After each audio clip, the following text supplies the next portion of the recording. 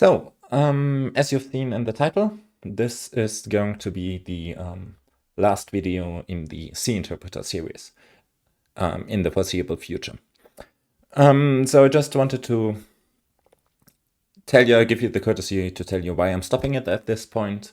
This is not going to be like, I've written a script, but I'm probably going to ignore that and just ramble on. So why am I stopping this series? First, the most pressing issue is why I'm stopping is at this particular point is the implementation of type devs. We started implementing them in the last stream, and there is the fundamental issue with type devs about that they are context sensitive. So here in the first function f, we've got a type def a for an int, and then we write a star b. And because a is a type, this declares a variable called b, which has the type pointer to int. And here in the second function g, we have two variables a and b, and then a star b is a multiplication of a and b. So the first one is a declaration, and this one is an expression. And obviously, when we parse it, we have to look at the semantic information, right? We have to look at the symbol table to figure out what a is in order to properly parse it. This is possible with Lexi, which is what we're using for parsing. It is possible, and we've started implementing it using scanner parsing, which gives us access to the compiler state, where we can look up local variables, see their type, and do the appropriate thing. However, what is not possible with Lexi is the ability to use that in a branch context. So what this means is when we have something like that, we need to, this can either be just like, then we've got maybe something like 0. So this is a cast of a with 0, and this is a syntax error. And what the actual rule here is that we're either parsing like a parenthesized expression or a type def, like a type name inside parents. And this is a decision that we need to make during parsing. We're either parsing an expression or we're parsing a cast. And making this decision also requires context. And that's the part that's not possible with Lexi, right? We can do lookup in the compiler state during parsing, but we cannot do that in a point where Lexi needs to make a parsing decision. So implementing this would require significant changes to the way Lexi does conditional parsing, which I don't really want to do. So the other alternative is to use more and more manual parsing in the compiler state.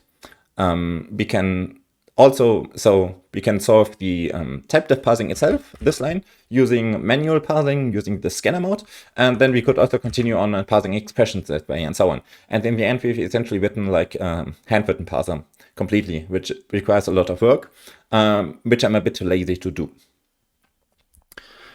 This is also related to the general state of the project. So as you probably can imagine, writing mouse code during live streams introduces a lot of technical debt, which I would really need to fix at some point to continue adding more and more features to the compiler.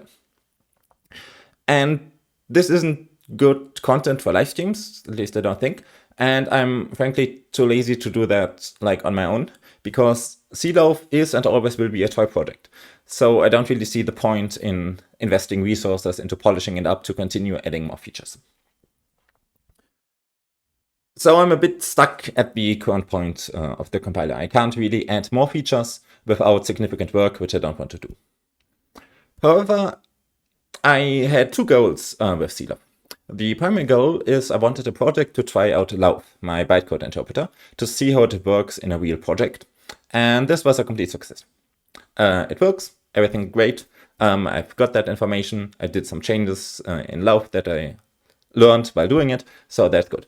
And the second is I wanted to try out live streaming, which I also did, and I really enjoyed. So the project was a complete success in that regard, right? It's always meant to be a prototype. I got the goals that I wanted to get out of it, and so it's fine to stop it at this point. And this also brings me to the primary reason why I'm stopping it. I've been working on a new project since early December. It's like I'm really looking forward to that one, to working on that one. It's essentially a combination of essentially everything I've done so far in my life regarding programming.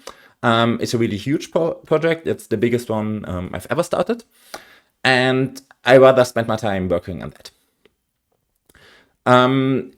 This doesn't mean that I will stop doing live streams. I will continue doing them, but just on the new project.